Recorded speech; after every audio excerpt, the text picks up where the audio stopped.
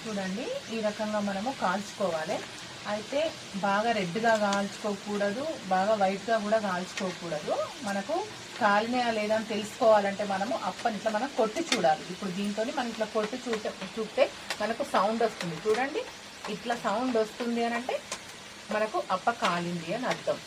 ఇప్పుడు మనము వీటిని తీసేసుకుందాం.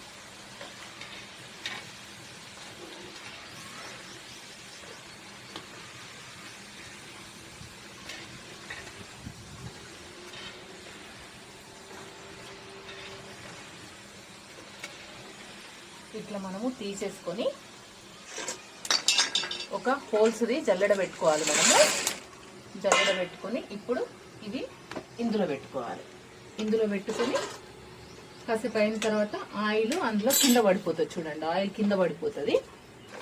ఇట్లా దీంట్లో ఉన్నటువంటి ఆయిల్ ఇందులో పడిపోతుంది కాబట్టి హోల్సేల్ జల్లెడలో పెట్టుకోవాలి. ఇప్పుడు మనము ఇంకొక ట్రిప్ వేసుకుందాం.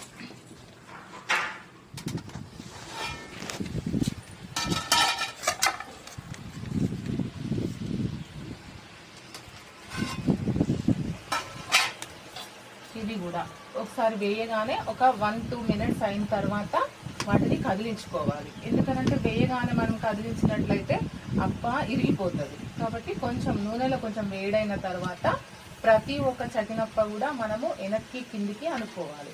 అట్లా అనుకున్నట్టయితేనే మనకు 2 సైడ్స్ అంటే 2 దిక్కులు కాలుతాయి. లేకపోతే ఒక దిక్కే కాలుతాయి. మనం ఇట్లా అనుకోకుండా కూర్చుంటే ఒక దిక్కే కాలుతాయి కాబట్టి టేస్ట్ ఉన్నాయి చకినాలు. కాబట్టి మీరు కూడా ఈ రకంగా చకినాలను ట్రై చేయండి. చాలా టేస్టీగా ఉంటాయండి చకినాలు.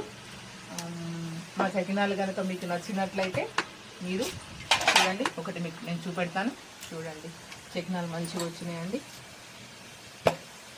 కాబట్టి మీరు కూడా ఈ రకంగా ట్రై చేయండి. మా యొక్క వీడియో చూసినందుకు థ్యాంక్ యూ అండి. Thank you very much.